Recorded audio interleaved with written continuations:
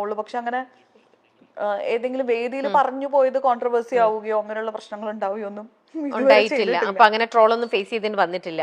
ഇപ്പോ നിങ്ങളൊക്കെ വലിയൊരു ഷോ സ്റ്റേജിലൊക്കെ ഇങ്ങനെ പ്രസന്റ് ചെയ്യുമ്പോൾ ഇപ്പത്തെ ഇതൊക്കെ സമയത്ത് നിങ്ങളൊക്കെ ഇനിയറൊക്കെ ഇതൊക്കെ യൂസ് ചെയ്തുകൊണ്ടിരിക്കുകയാണ്. അപ്പൊ ആ സമയത്ത് ഇങ്ങനെ പ്രൊഡ്യൂസേഴ്സ് ഇതുപോലെ എന്തെങ്കിലും ഒക്കെ അപ്ഡേഷൻ സ്റ്റേജിലൊക്കെ ചിലതൊക്കെ നമുക്ക് എത്ര പ്ലാൻഡ് സ്ക്രിപ്റ്റഡ് ആണെന്ന് പറഞ്ഞാലും ചില കാര്യങ്ങൾ പ്രത്യേകിച്ച് സുരാജേട്ടന്റെ കൂടെ ഒക്കെ ചെയ്യുമ്പോഴത്തേക്ക് ഇൻസ്റ്റന്റ് ആയിട്ട് ചിലപ്പോൾ അവിടെ എന്തെങ്കിലുമൊക്കെ സംഭവിച്ചെന്നിരിക്കും. നർമ്മരസമായ കുറെ നിമിഷങ്ങൾ ഉണ്ടായിരിക്കും. എത്ര പ്ലാൻഡ് ആണെന്ന് പറഞ്ഞാലും ചില നല്ല ബ്യൂട്ടിഫുൾ മൊമെന്റ്സ് ചിലപ്പോൾ അവിടെ സൃഷ്ടിച്ചേക്കാം. അപ്പൊ അങ്ങനത്തെ സമയത്തായിക്കോട്ടെ എന്തെങ്കിലുമൊക്കെ ആയ സമയത്തും ചില സമയത്ത് നമ്മൾ ഒട്ടും പ്ലാൻഡ് അല്ലെങ്കിൽ അവിടുന്ന് നമുക്ക് പ്രൊഡ്യൂസർ എന്തെങ്കിലും ഇന്നിയറിൽ എന്തെങ്കിലും മെസ്സേജ് പറയുക, നമ്മൾ അത് പെട്ടെന്ന് പറയേണ്ടി വരിക, എന്താണെന്നൊന്നും അതിന്റെ ഒരു ക്ലാരിറ്റി നമുക്ക് മനസ്സിലാക്കാതെ ഒരു ആങ്കർ എന്നുള്ള രീതിയിൽ ചിലപ്പോൾ നിങ്ങൾക്ക് അത് പ്രസന്റ് ചെയ്യേണ്ടതായിട്ട് വന്നിട്ടുണ്ടാവാം.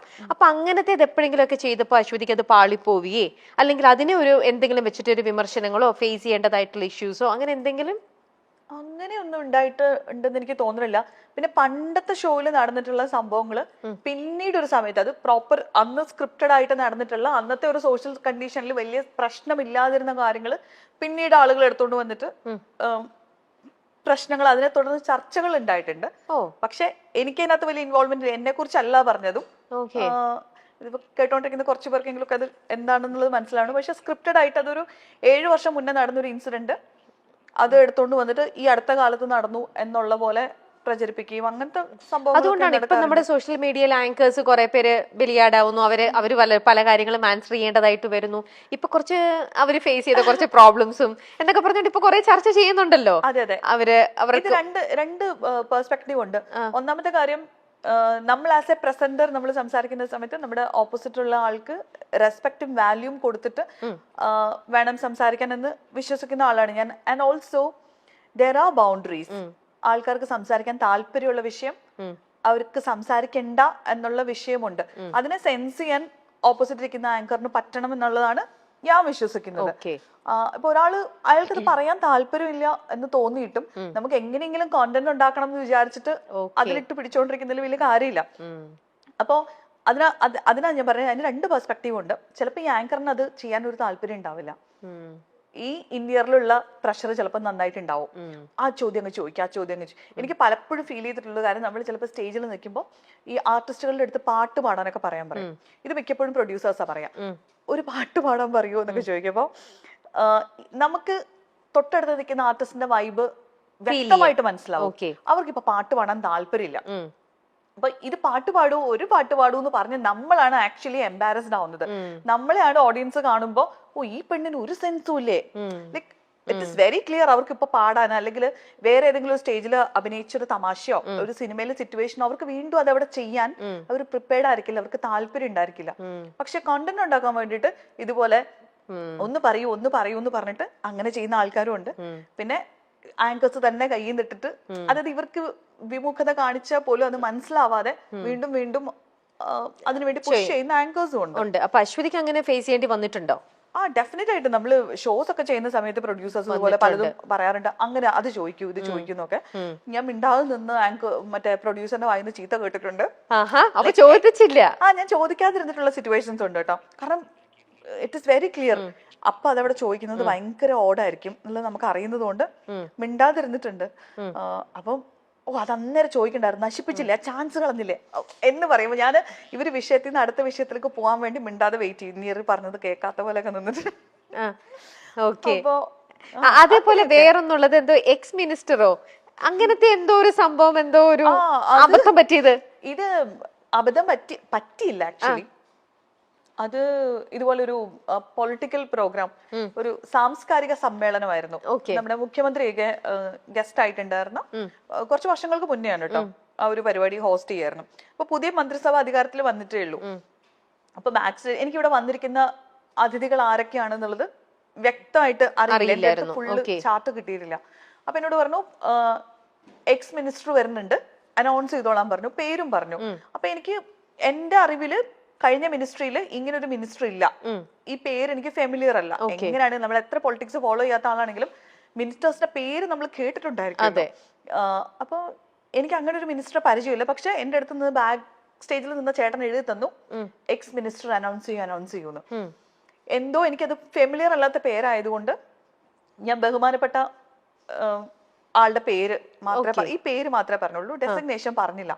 എന്നിട്ട് ബാക്ക് സ്റ്റേജിൽ ചെന്നിട്ട് വീണ്ടും നമ്മൾ ഒന്നുകൂടി ചെക്ക് ചെയ്തപ്പോ അത് എക്സൈസ് മിനിസ്റ്റർ ആയിരുന്നു. എക്സൈസ് എന്നുള്ളതിനാണ് ഇട്ടിട്ട്. അപ്പൊ അങ്ങനെ സോ അത് ആ സമയത്ത് നമ്മുടെ കോമൺ സെൻസ് ആണ്. പക്ഷെ പറഞ്ഞു പോയിരുന്നുണ്ടെങ്കിൽ ഞാൻ പറഞ്ഞില്ലേ, മുഖ്യമന്ത്രി ഉൾപ്പെടെയുള്ളവരുള്ള സ്റ്റേജ് ആയിരുന്നു. എക്സൈസ് മിനിസ്റ്റർ എന്ന് പറഞ്ഞെങ്കിൽ എനിക്ക് ആ സ്പോട്ട് കിട്ടിയാണ്. അതിലും സേഫ് ആയിട്ട് നിൽക്കാൻ പറ്റി. ഇൻസിഡന്റ് ഞാൻ എവിടെയോ പറഞ്ഞിട്ടുണ്ടെന്ന് തോന്നുന്നു. ആണല്ലേ? അപ്പൊ അത് സേഫ് ആയിട്ട് എന്തായാലും നിൽക്കാൻ പറ്റി ആ ഒരു കാര്യത്തില്. ഓക്കെ, നമുക്ക് അടുത്ത ചോദ്യം.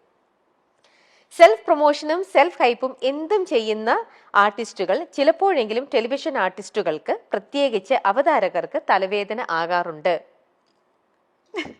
ഉണ്ടോ? എനിക്ക് അങ്ങനെ പേഴ്സണൽ എക്സ്പീരിയൻസ് ഇല്ല. പക്ഷെ എന്നാലും പലപ്പോഴും സോഷ്യൽ മീഡിയയിൽ കാണുമ്പോൾ നമ്മൾ അങ്ങനെ ആലോചിക്കാറുണ്ട്. ശരിയാണ്, ഒരു പരിധി വരെ. എങ്ങനെ?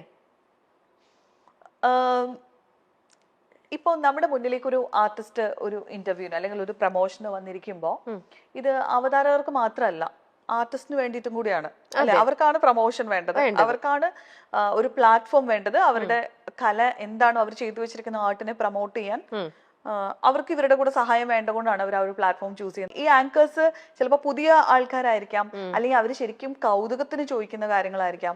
പക്ഷെ പെട്ടെന്ന് വളരെ ഒഫൻസീവ് ആയിട്ട് അതായത് തഗ്ഗടിച്ചു എന്ന് പറയാൻ വേണ്ടിയിട്ട് അങ്ങനെ ഒഫൻസീവ് ആയിട്ട് മറുപടി പറയുമ്പോൾ അപ്പോൾ നമ്മളൊരു മനുഷ്യന് കൊടുക്കേണ്ട ഒരു വാല്യൂ ഉണ്ട്.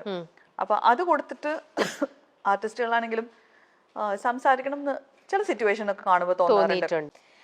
സോഷ്യൽ മീഡിയയിൽ തലപൊക്കുന്ന അനാവശ്യമായ ക്ലിക്ക് ബൈറ്റ് കണ്ടന്റ് ക്രിയേഷന്റെ ഭാഗമായി ഗോസിപ്പ് കോളങ്ങളിലേക്ക് പേര് ചേർക്കപ്പെട്ടിട്ടുണ്ട്.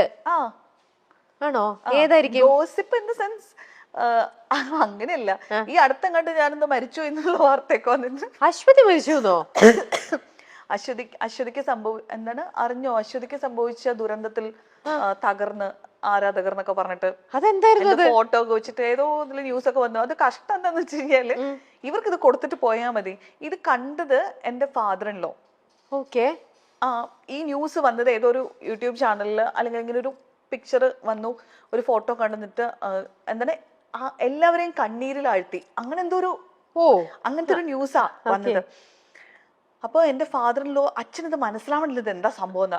അപ്പൊ അച്ഛൻ ഇമ്മീഡിയറ്റ്ലി എന്നെ ഫോൺ വിളിക്കുമ്പോ ഞാൻ എന്തോ ഇതുപോലെ എന്തോ ഷൂട്ടിൽ എന്തോ ആണ്. അപ്പം ഫോണില്ല, ഞാൻ ഫോൺ എടുക്കണില്ല.